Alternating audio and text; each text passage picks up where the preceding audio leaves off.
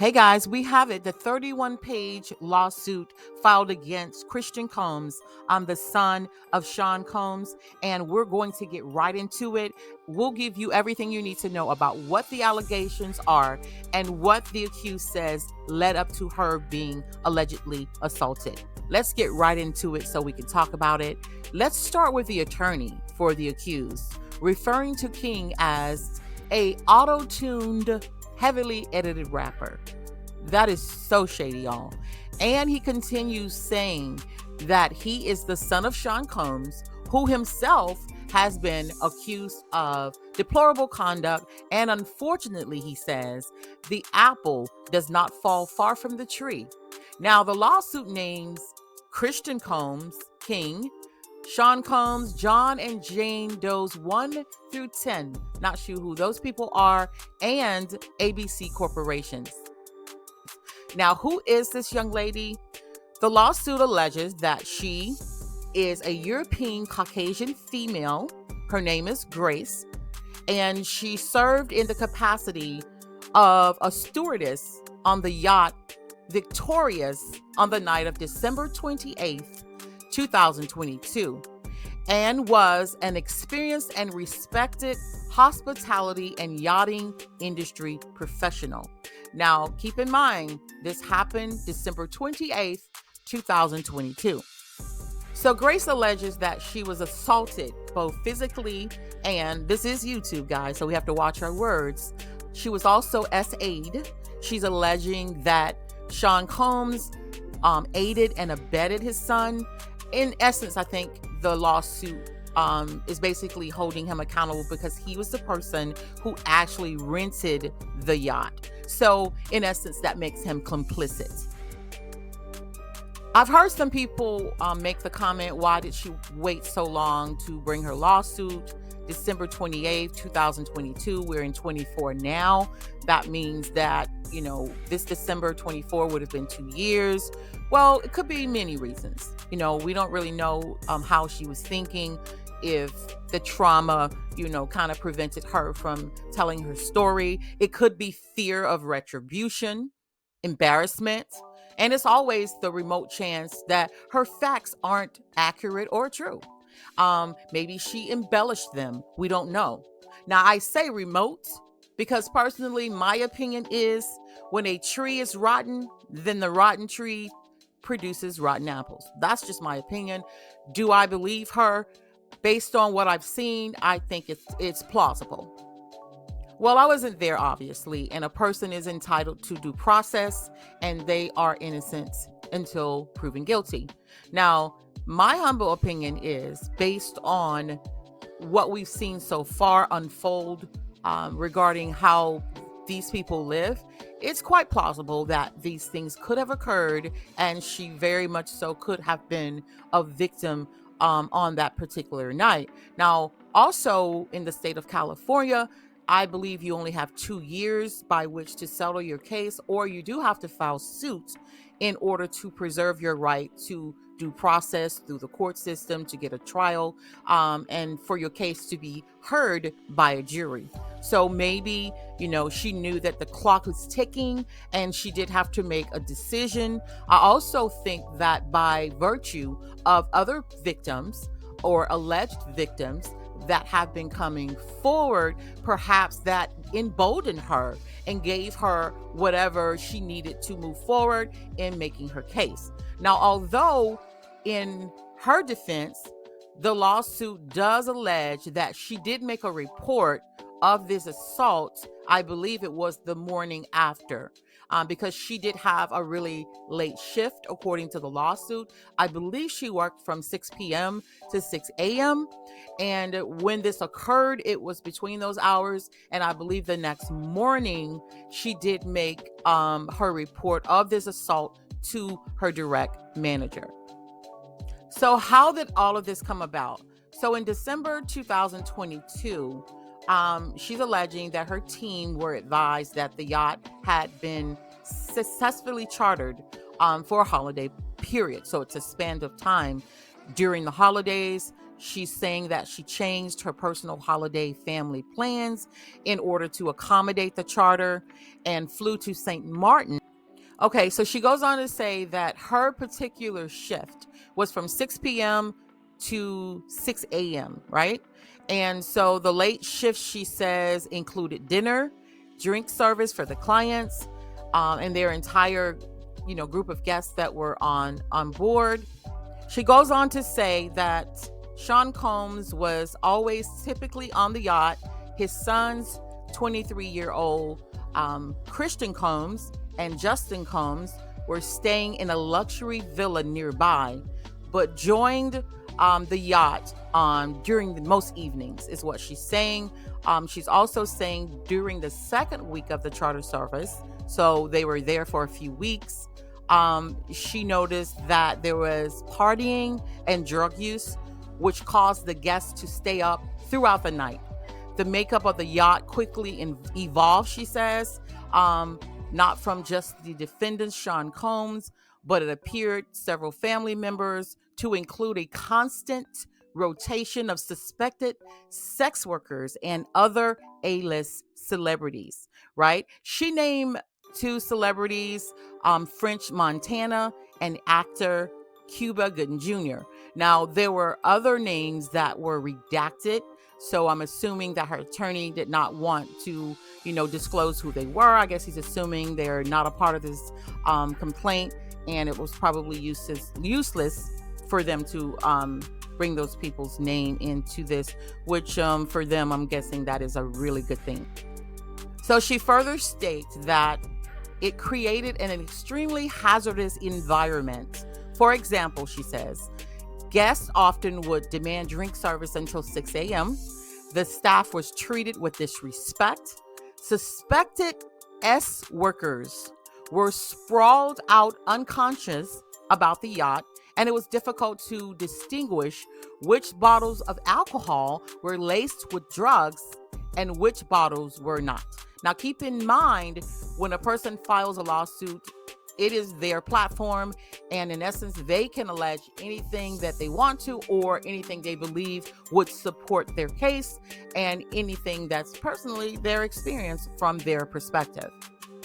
She found it very suspicious that after one shot of a drink, tequila, or even one mixed drink, she's alleging that various women on the yacht would be falling over themselves, panicking, or passing out. Now, this led her, according to her, to reasonably believe that the alcohol given to those women were likely laced with drugs. That's her opinion. She was messaged on the on-duty phone by Christian Combs, saying that he would be joining the yacht by Tinder. A Tinder is a smaller craft that runs back and forth between the larger yachts and land, basically. It's typically used for servicing and providing support and entertainment to a private or charter yacht service when people want to go and come from the yacht. She's basically saying that Christian Combs King wanted to be brought over to Victoria's, the yacht, to record in the yacht's 27 makeshift recording studio with Little Rod. Now, although she says it was not unheard of for the defendant, Christian Combs, to come over or come aboard at such a late hour as 2 a.m., he usually stayed at his dwelling, particularly when there was no party on board on any given night. Now, she further states that Christian Combs arrived by Tinder, and it's her recollection and allegation that he was already heavily intoxicated. This is what she's saying about King. He was heavily intoxicated, and she believed his intoxication was from a mixture of narcotics and alcohol. How she knows that, I'm not sure, but those are her allegations. She's saying upon Christian entering the yacht, the recording studio portion of the yacht, she says that he started ordering that tequila shots be poured from a bottle of alcohol he may have brought on board. Now, that's her opinion. Ironically, she says that Christian Combs was playing Cassie's Me and You. As you might recall, Cassie Ventura recently filed suit and sued Sean Combs successfully. She was his former love interest and accused him of very serious SA and mental abuse. Now, going forward, she mentions that Christian Combs asked her to bring the shots to the studio where he was working, and she felt obligated, because she was one of the service team members. She's saying that she felt obligated to oblige him in his request, and often how people interpret or how the guests interpret how you respond to their service has a lot to do with how large the tips are, or even if you're tipped at all. So she went along with his request. According to her, he began to take shots of tequila, and she said she felt pressured to be polite. She felt obligated to service him. She also says that he was creating a Black Santa video, which showed him demanding the captain, various heads of departments, crew to take shots of tequila with him, for what that's worth.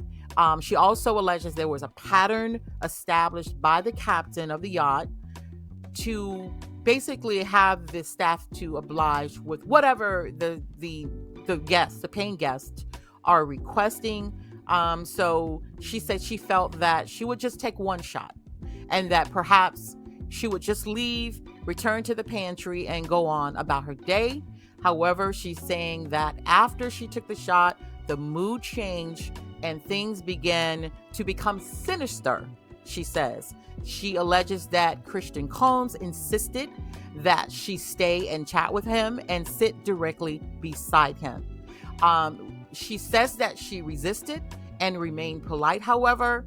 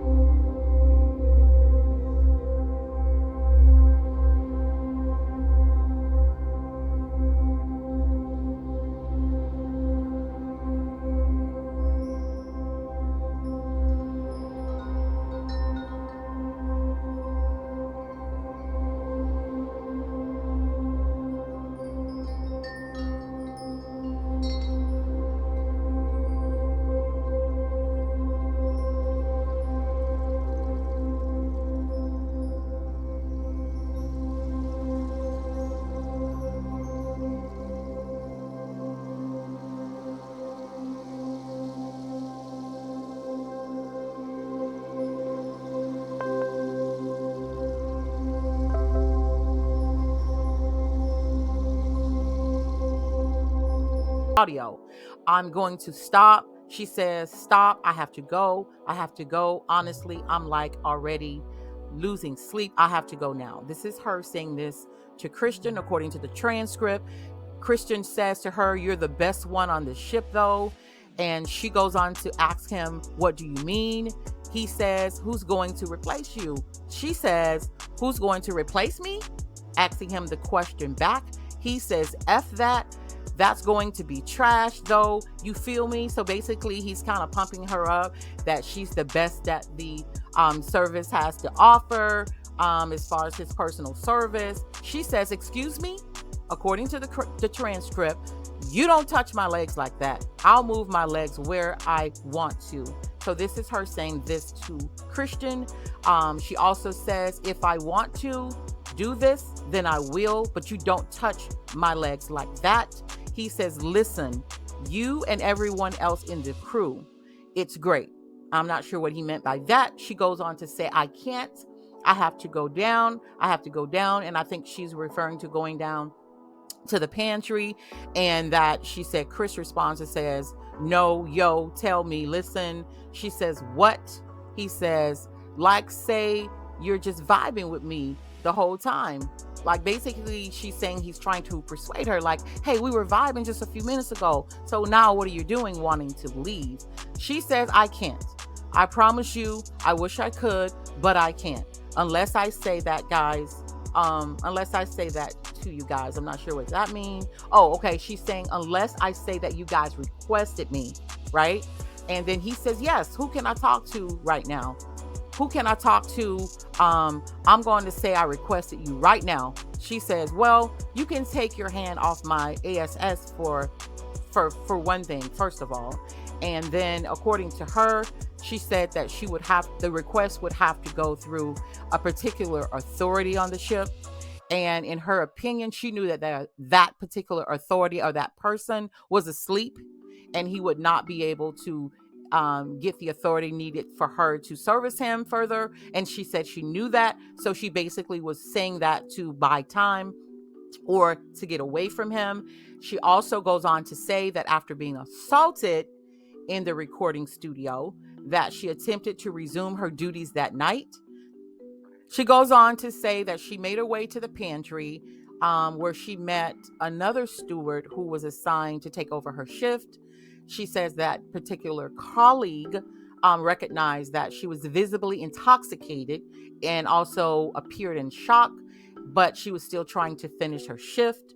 She says that shortly after returning to the pantry, that Christian Combs called for her. He went looking for her and demanded that she find him a place to sleep on the yacht.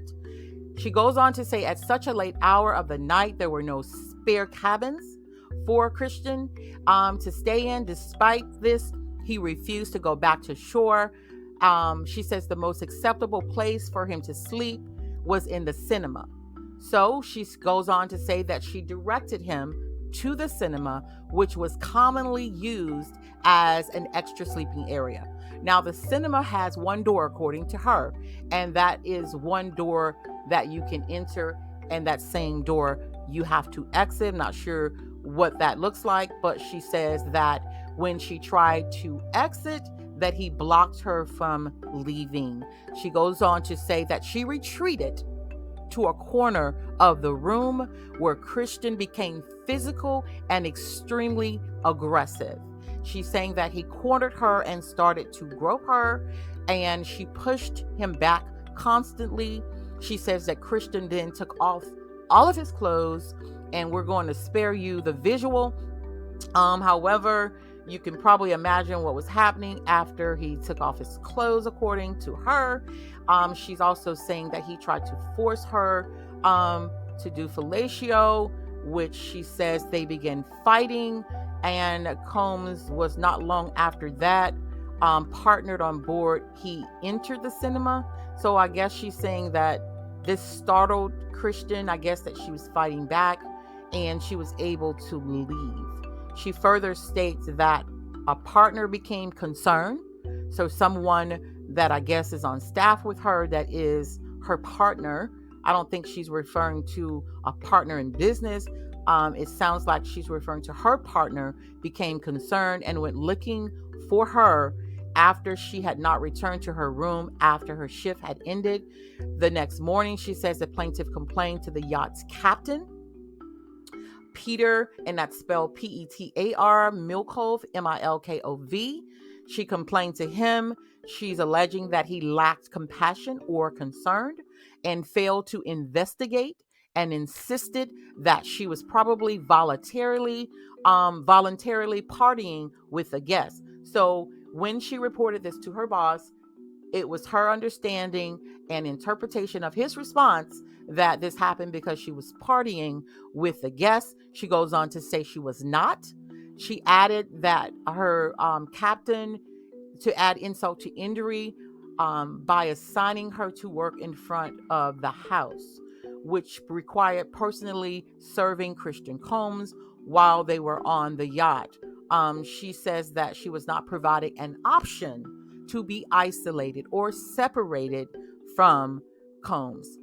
She went on to say that she was 25 years old at the time of the attack, and based on the information and belief, she believes that Sean Combs' employees, including 13 of his drug mules, including Brandon Paul, we've heard his name before, his chief of staff, Christina Khorram, with a Khorram, and his second in line, Frankie Santella, learned of what occurred and informed Sean Combs. Shortly after that, she says that the captain received a generous tip from the defendants, Combs, in order to keep things quiet and to keep him from protecting her, is what she's alleging. She says that only a few members of the ship's staff were required to write statements. So in other words, what she's saying is that they only took the statements of the people they felt would support their version of what happened and not hers. And she says that she and her partner were the only two staff members not interviewed and not asked to write a statement. So she's also saying that as a result of her being SA'd, that she suffered emotional distress. She's saying that she also suffered from bruising, which there are photos in the lawsuit that show her arms and I believe her legs that had bruising on it. She is of the Caucasian race, and so it's pretty easy to see. I did see, and I will post some of the bruising that was in the lawsuit. She's also saying that he violently grabbed her and tried to force her. We talked about what he tried to force her to do. In essence, I think what this comes down to is credibility. With her lawsuits, this is right now, I believe, a civil lawsuit for her. I don't know if this will actually morph into a criminal lawsuit. It's possible, quite possible, actually, in light of all of the other allegations that's floating around, all of the other alleged victims of the Combs family. And I'm talking about Sean Combs and at this point, Christian Combs. I wouldn't be surprised if there were additional allegations that surfaced against his other sons, additional allegations against Christian or against Diddy, to be honest with you. And I say that because, first of all, that's my opinion, and it's alleged. But I will say that typically where there's smoke, there's fire. And if a person is typically this bold, if this did actually occur, that person has not done this. This is not their first time doing this, right? When you go to the level that what she's alleging, this is not your first time. This is probably, if it did happen, it would probably derive from some entitlement of some sort. And I believe that, she is credible. To what degree, I don't know. Did she start to party with him and it got out of hand and then she wanted to leave? It's possible. Did she not want to engage him at all? That's possible as well. But I know with these type things, a jury would want to see credibility, and a lot of other things will be brought into discovery regarding him. All of the staff members will be deposed as well. And those depositions, they are very, very detailed, and they can go on for hours. hours, okay? And they can basically ask you almost anything. So I don't know that her credibility against the credibility of Sean Combs or his son. I don't know which, if they're going to come out, looking like they won this case. I kind of happen to believe, or it's my thoughts. Let's just say it's my opinion that her credibility against theirs would probably be stellar if I had to guess. Now, she goes on to say that she now suffers from anxiety, panic attacks, which has prevented her from securing a permanent position in the yachting industry. She also says that she's developed a severe eating disorder as a result of the attack. She says that she suffered from shame, mental warfare, and is experiencing the effect of body image issues with her because of her appetite or lack thereof. She says on several occasions, the effects of what Christian Combs did to her has made her feel some other threat. So she wants to do self-harm to herself. She's also saying that she suffered psychological trauma and that her overall health has declined. She says that she's actually started to have several seizures. Guess what she's saying is that the allegation is that those seizures are a result of, I guess, the stress or the trauma of what she experienced the night of this particular attack, according to her allegations. So if you're wondering specifically why Sean Combs Diddy was named in the suit, we talked about that earlier. It's because he was the person who actually leased the yacht. He was the person with the agreement between him and the owner of the yacht, the service of the yacht. He would be the person who would have had the responsibility of maintaining safety for not only his guests and his family, but also the workers there. She also feels that he fostered and encouraged an environment that was not conducive for safety. She's alleging also that there were S workers present and that they were suspected to have been laced with alcohol when they were taking shots. She's also alleging just the sheer disrespect of women and the yacht crew in general. So those are the allegations that she has against him, and that's why he's named as a defendant in the case. She further states that Sean Combs did not have any safeguards in place to ensure there was no excessive drug use or excessive drinking. Sean Combs' apparent failure to ensure that there was a safe environment on the yacht was intentional. She and her attorney believes. On one occasion, she says that Christina Quorum, the chief of staff, instructed her to ensure that the entire bar area was stocked with a tequila and a Ciroc vodka, and it was important for Sean Combs to be surrounded by these bottles. On occasion, she says that Combs was visibly intoxicated. I don't know, that's neither here or there with regards to her allegations against his son, but it's interesting to note, however, she says that she was unaware if Combs was actually, and she's referring to Diddy now, was actually high on drugs, alcohol, or both. But she believed that, he was definitely impaired of some sort. This allegation is extensive. She even further goes on to say that while Hulu was filming, that Sean Combs and his friends, and she included Young Miami, were playing a game called Carisha Please. She says that Sean Combs was dared to expose himself. At that point, she goes on to say that he did stand up, pull down his pants, expose his private parts, and was standing beside the table, and she said she heard the commotion.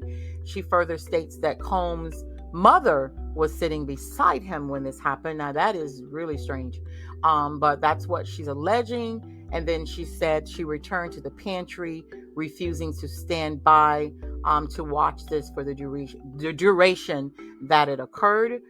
She's saying on another occasion, during the New Year's Eve, I guess, celebration that Sean Combs had guests who stayed over until the late afternoon. She alleges that a fight between Justin Combs and some friends broke out.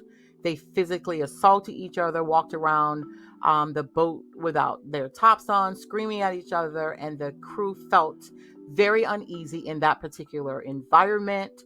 She's saying that Sean Combs' guests shoved her chief steward on the stairs, threw objects across the bar, and basically in general, she's saying that this was a zoo and it was out of control. And with all of the intoxication, and I guess she's alleging intoxication and drug use. I find it quite interesting that she and her attorney did not name, they did not identify by name other A-list guests that were on board. So that's nice. If they had nothing to do with it, it's nice that their names were not listed on the lawsuit, which, people's image has a lot to do with how they make their money and they progress in the industry. So she's naming A-list guests on board, included one, two, three, four, five A-list guests that were unnamed. Their names were actually redacted. So as far as the courts are concerned, those names would be known. But as far as the public is concerned, at this particular junction in the lawsuit, it's been redacted. However, she did identify Cuba Gooden Jr. by name, indicating that she thought he was extremely unpleasant to serve and that he sat at the bar and made derogatory comments to her, and says that he was visibly intoxicated. She said she was in the room and witnessed him inappropriately touching producer Rodney Jones, that's Lil Rod, at the time, and was working on the Love album. I don't know much more about that. That was pretty short as far as that particular allegation. So she's alleging assault. She's alleging battery. She's alleging that she was SA'd, along with premise liability, which basically that's what she's saying, that with the premise liability, she's in essence saying that P. Diddy was complicit because this was his boat, as we said earlier, at the time he leased it, and that he aided and abetted his son's behavior that made him complicit. She's also alleging intentional infliction of emotional distress against Christian Combs, along with negligent infliction of emotional distress against Christian Combs. And for the most part, they're asking for a jury trial. Now, I will say that when this happens, I'm sure that Diddy has legal counsel, and then they'll basically have to make a decision about, how they want to handle this. Do they want this tried in the media? Do they want to have another Cassie situation?